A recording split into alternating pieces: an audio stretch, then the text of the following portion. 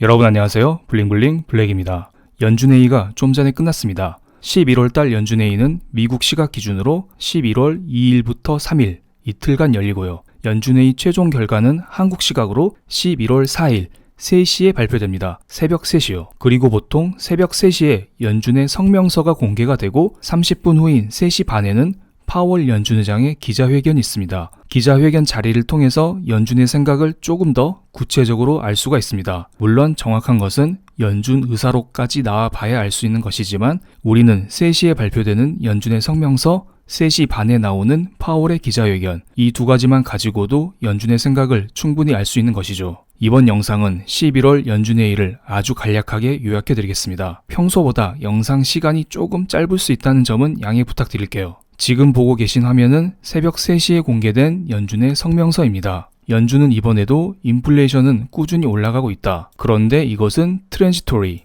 일시적이다. 이것을 또 한 번 강조했습니다. 그리고 당연히 짐작하셨겠지만 연준은 이번에 제로금리를 유지하겠다고 결정을 했습니다. 그런데 이번에 특이한 점이 하나 있죠. 모두들 다 예상하시는 테이퍼링을 구체적으로 발표했습니다. 테이퍼링에 대해서 언급된 부분만 설명드리겠습니다. 지금 연준에서는 한 달에 800억 달러 규모의 국채 그리고 400억 달러 규모의 MBS를 매입하고 있습니다. 토탈 1200억 달러 규모의 양적 완화를 통해서 경기를 부양시키고 있는 것입니다. 그런데 국채 매입 규모를 매달 조금씩 줄여가겠다, 테이퍼링을 하겠다, 이것을 공식적으로 발표한 것인데요. 구체적인 시기와 금액을 보겠습니다. 연준은 한 달에 100억 달러 규모의 국채 그리고 50억 달러의 MBS 매입 규모를 줄여가겠다고 했습니다. 언제부터 줄이냐면은 이번 달부터 줄인다고 하네요. 이번 달 말에 연준은 700억 달러의 국채를 매입하고 350억 달러의 MBS를 매입한다고 하네요. 토탈 합치면 1050억 달러의 양적 완화를 한다는 것입니다. 기존의 1200억 달러보다 150억 달러가 빠졌죠? 그리고 12월 달에는 무슨 말을 했냐면 국채는 600억 달러, MBS는 300억 달러만 매입하겠다고 하네요. 이것을 토탈 합치면 900억 달러입니다. 그러니까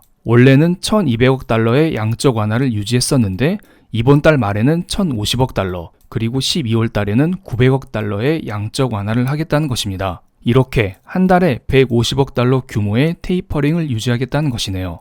이런 속도로 가게 되면은 내년 중반쯤에는 테이퍼링이 종료되고, 즉 연준의 완화적인 통화 정책이 종료가 되는 것입니다. 물론 아직 금리는 제로금리로 유지할 가능성이 크겠지만요. 상황이 이렇게 되면 사람들은 이런 생각을 할 수가 있습니다. 테이퍼링이 종료가 되는 내년 중반에 연준에서 금리 인상을 하지 않을까? 저도 당연히 이런 생각을 할 수밖에 없는데요. 이것에 대해서 파월 연준장은 또다시 테이퍼링 종료가 금리 인상을 의미하는 것은 아니다. 테이퍼링과 금리 인상의 선을 딱 그었습니다. 그러면서 사람들에게 안도감을 주었는데요. 파월 연준의장의 기자회견 내용이 담긴 기사를 조금 더 살펴보겠습니다. 방금 설명드린 대로 파월 연준의장은 테이퍼링 결정이 곧 금리 인상의 직접적인 신호가 아니라고 했습니다. 금리 인상을 위해서는 별도의 한층 엄격한 조건이 만족되어야 한다. 이것을 강조했네요.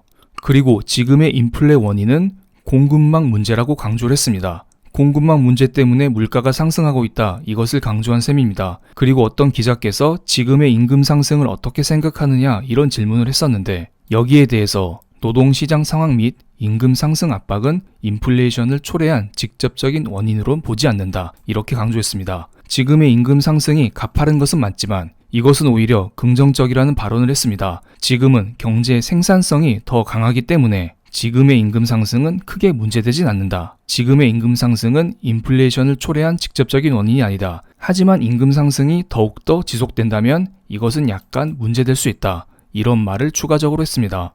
어쨌든 전체적으로 보면 테이퍼링 선언을 하긴 했지만 사람들은 테이퍼링은 모두 예상하고 있었습니다. 그렇기 때문에 이번 연준회의는 매파적이기보단 비둘기적이다. 완화적인 통화 정책을 강조했다. 이렇게 볼 수가 있네요.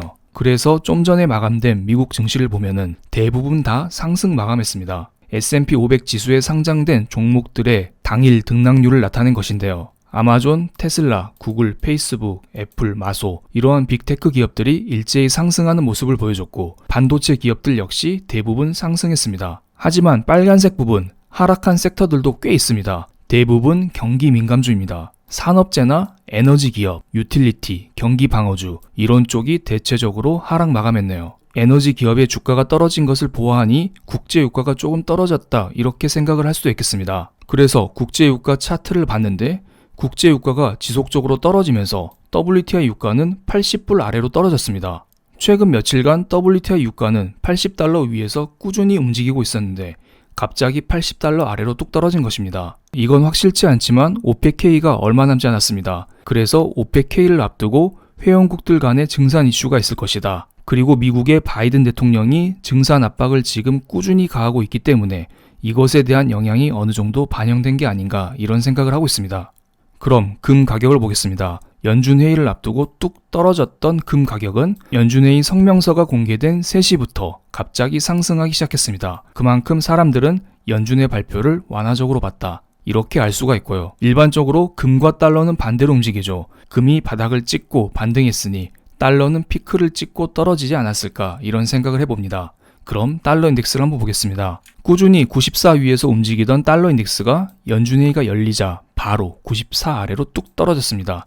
지금 현재는 93.895 이 정도 수준을 유지하고 있네요. 물론 지금의 달러 하락, 금 가격의 상승이 추세적으로 이어질지 이것은 지켜볼 필요가 있습니다. 어쨌든 지금 테이퍼링 시기이기 때문에 안전자산인 미국 달러에 대한 수요는 지속적으로 있을 거라 봅니다. 물론 2013년 테이퍼링 시기에는 막상 테이퍼링을 시작하자 미국 달러 인덱스가 떨어졌었던 기억이 있습니다. 이번에도 그때처럼 이어질지 이것은 지켜봐야 될 것으로 보입니다. 달러나 금 가격은 단순히 테이퍼링 하나로 결정되지 않기 때문이죠. 이 부분은 앞으로 영상에서 지속적으로 체크해 드리겠습니다.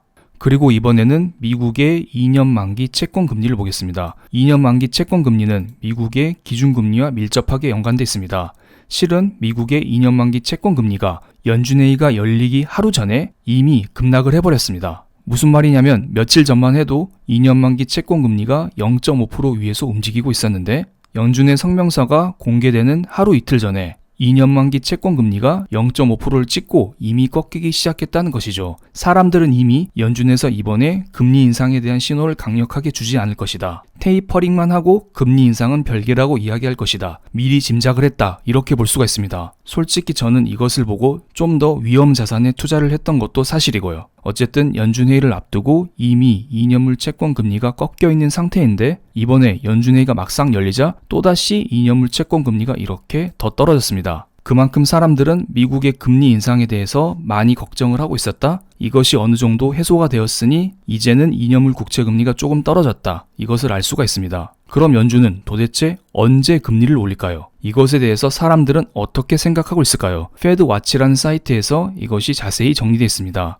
위쪽에 표시된 게 날짜입니다. 예를 들어 15, 12, 2일 이렇게 써 있잖아요. 이게 무슨 말이냐면은 15일, 12월 21년입니다. 이것은 미국 사이트이기 때문에 거꾸로 읽으시면 됩니다. 그 다음에 써 있는 건 22년 1월 26일 이렇게 보시면 되고요. 어쨌든 연준회의 때 사람들이 금리 인상에 대해서 어떻게 보고 있냐 이것이 정리되어 있는데요. 다가오는 12월 15일 연준회의에서는 제로 금리를 채택할 확률을 100%로 보고 있습니다. 그럼 그 다음 연준회의를 보겠습니다. 그 다음 연준회의 역시 제로 금리를 거의 채택하고 한 번 정도 금리를 올릴 가능성을 2.5%로 보고 있습니다. 그럼 이런 식으로 진행이 되다가 도대체 금리를 언제 확실하게 한 번 올리게 될까요? 영상 초반에 테이퍼링 일정에 대해서 공유를 드렸습니다. 테이퍼링이 내년 중반쯤에 종료가 된다고 했었죠. 그럼 사람들은 테이퍼링이 종료가 되는 내년 중반쯤에 금리 인상을 걱정하게 될 것이라 봅니다. 그럼 내년 중반에 열리는 6월 15일 연준회의를 보겠습니다. 6월 15일에는